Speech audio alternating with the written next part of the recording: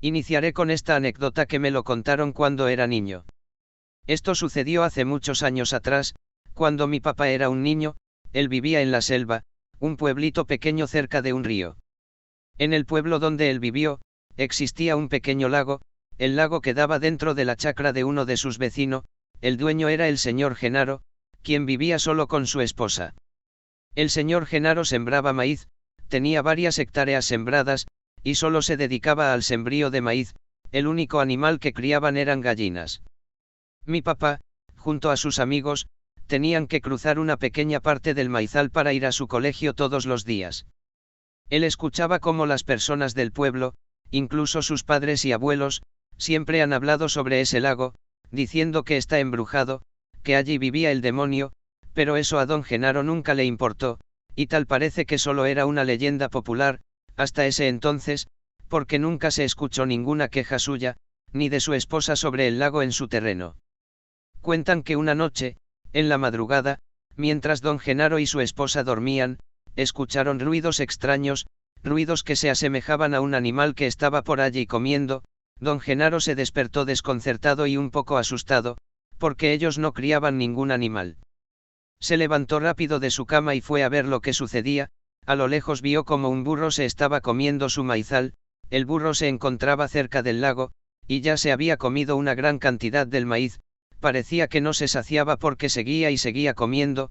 Don Genaro asustado despertó a su esposa para que lo vigile mientras él iba a espantar al burro.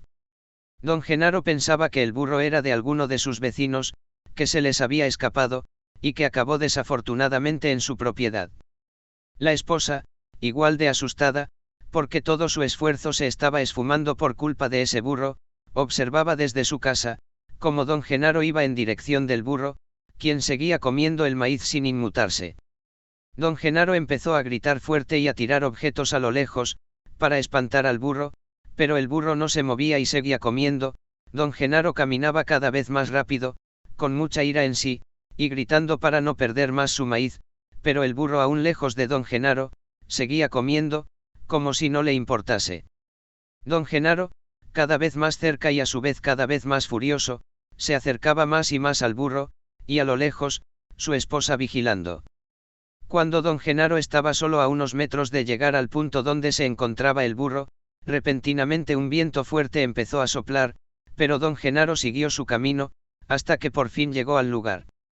En ese momento el burro dejó de comer por fin el maíz, levantó la cabeza y miró a don Genaro fijamente.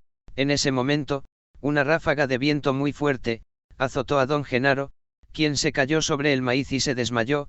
El fuerte viento llegó hasta la casa donde se encontraba la esposa de don Genaro, quien había ingresado a la casa para resguardarse, y que en el momento que vio a don Genaro desplomarse por el fuerte viento, fue corriendo en su ayuda sin importarle nada. Cuando la esposa llegó, extraña fue su sorpresa porque encontró a don Genaro en el piso, sobre unas plantas de maíz, pero estaba solo. El burro había desaparecido, y todo el maíz que se había comido el burro, volvió como era antes. Su esposa asustada empezó a mover a don Genaro para que despierte, quien volvió en sí luego de unos minutos. Don Genaro, con ayuda de su esposa, volvieron a su casa, y ese día por la mañana don Genaro alistó sus cosas y las de su esposa, y se fueron del pueblo para nunca más volver, dejando su terreno, y al lago abandonado. Mi papá me comentó que ese lago sigue ahí, y que el terreno lo vendieron por partes, pero que el lago aún es un lugar que causa miedo entre las personas del pueblo. Eso es todo, espero que les haya gustado, muchas gracias.